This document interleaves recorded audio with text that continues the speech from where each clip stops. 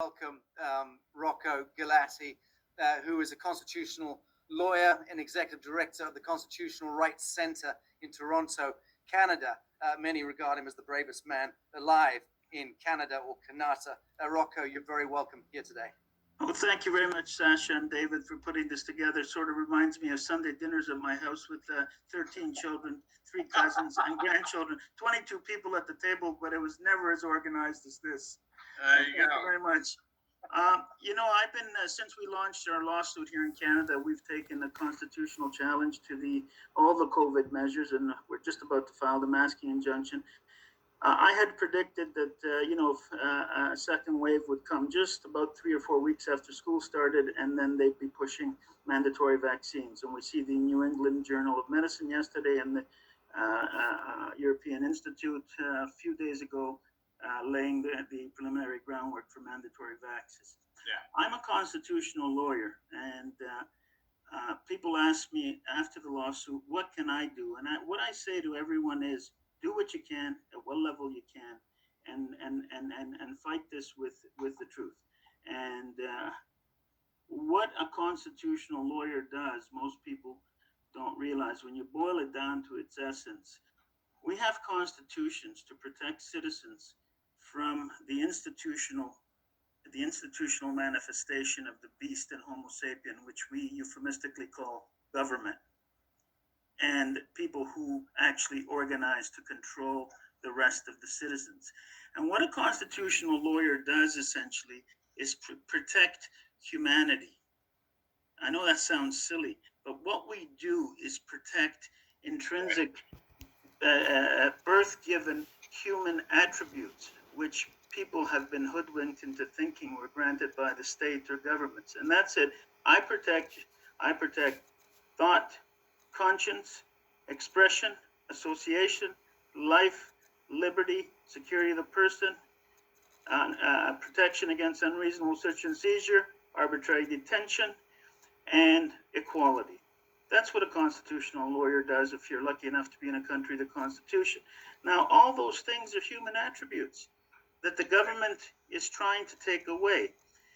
Now, we're in an age of devolution. This is probably the darkest age of devolution this species has ever encountered. And the rule of law, as I've described over many statements and articles, has been a history of a blood-drenched roller coaster ride. So we have glorious peaks, and then we have these dark valleys. And this is one of the darkest ones. What is also consistent with each period of devolution, that apart from the physical manifestations of human attributes that the state tries to suppress through censorship and torture and oppression and all sorts of crimes, the other most important human attribute that often people don't think about is reason. This is the most successful war on reason we have ever encountered. Reason has been completely suspended. It wasn't even this suspended during the Roman Catholic Inquisition. Yeah. People knew what the game was, but they were quiet in order to protect their life. Here, you have educated, sophisticated, accomplished people who have suspended their faculty of reason. Right. And a case in point is my profession. Most of my friends have not read my statement of claim, which is 196 pages, because they claim it's too long for a lawyer to read 196 pages. They actually know that I wrote it, and they know I don't do frivolous cases, and they don't want to face the truth that contained in that statement of claim. And so they're suspending their reason for whatever reason. They're suspending their faculty of reason. And this is what's really startled me about this, is how easily they've been able to suspend people's reason. And so the only thing we can do, the plan of action is do what we're doing.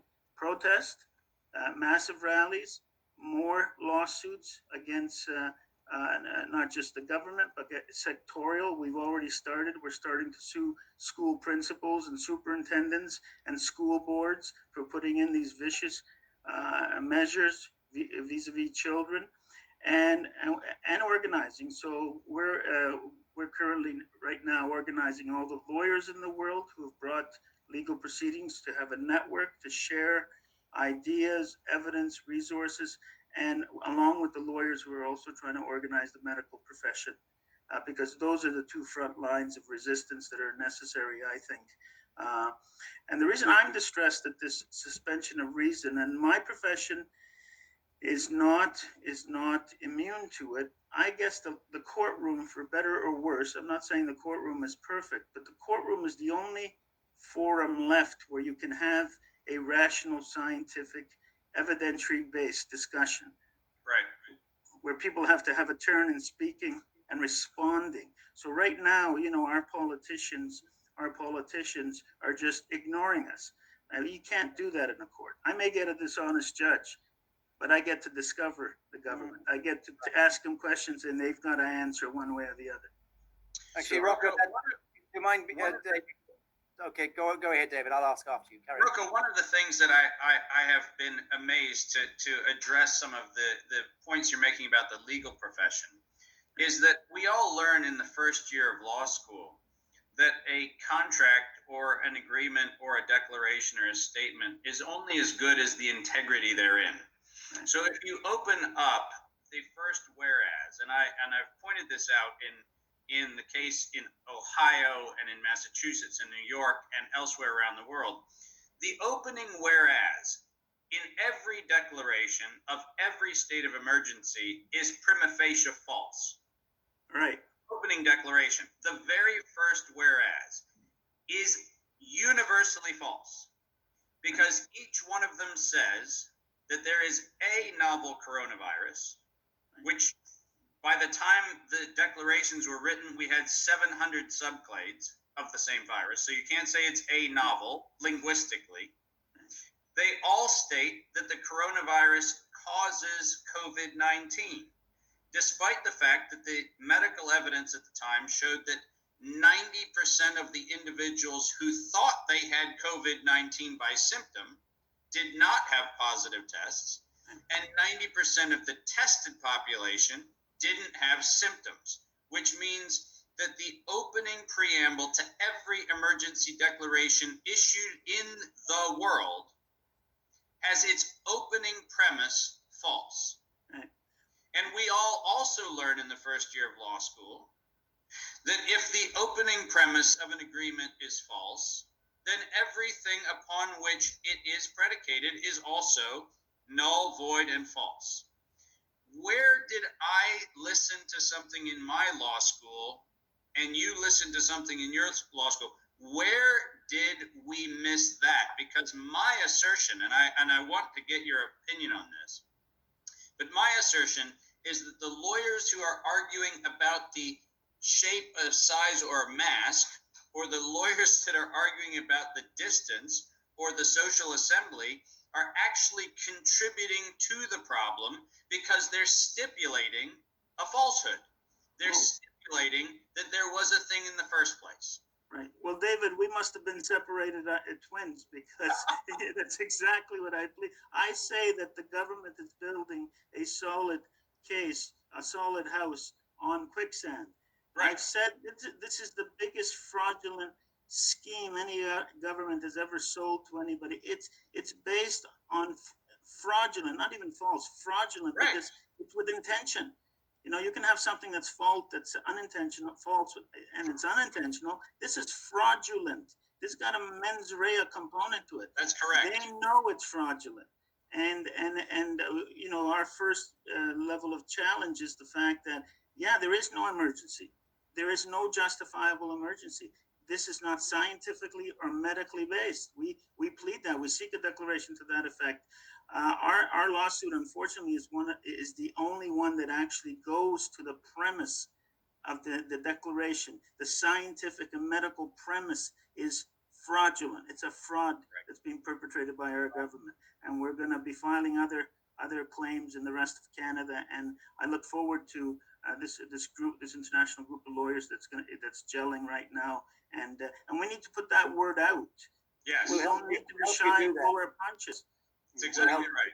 These are Exactly criminal. right. These are criminal acts that are being engaged in by the governments and this cabal of billionaire oligarchs and corporations. You know, this is just simply one massive fraud. Well, And Rock, in light of what you've just said, if the premier of your country were lucky enough to have you as his counsel, not that you would accept him as your client, but how would you counsel him, given the abject criminality of his incumbency right now and complicity with all sorts of crimes that are actually bringing about the deaths of people? And certainly the travesty of human rights that's being wrought across the lives of thousands, tens of thousands of people. Seriously, if he was your client, and what would you say picking up the phone to him today? what I would say to him, if there were a resolve in the future after all of it, you'd be prosecuted by a special tribunal for crimes against humanity. Right. And I'd probably do something like Marlon Brando did to that singer in The Godfather, grab him by the collar and slap him one and say, be a man, do your job. Yeah. Beautiful. Rocco, thank you very much Thank indeed. you, Rocco. I look forward to working with the army of genuine people who didn't fall asleep in their first year of law school. So there you go. Thank you both.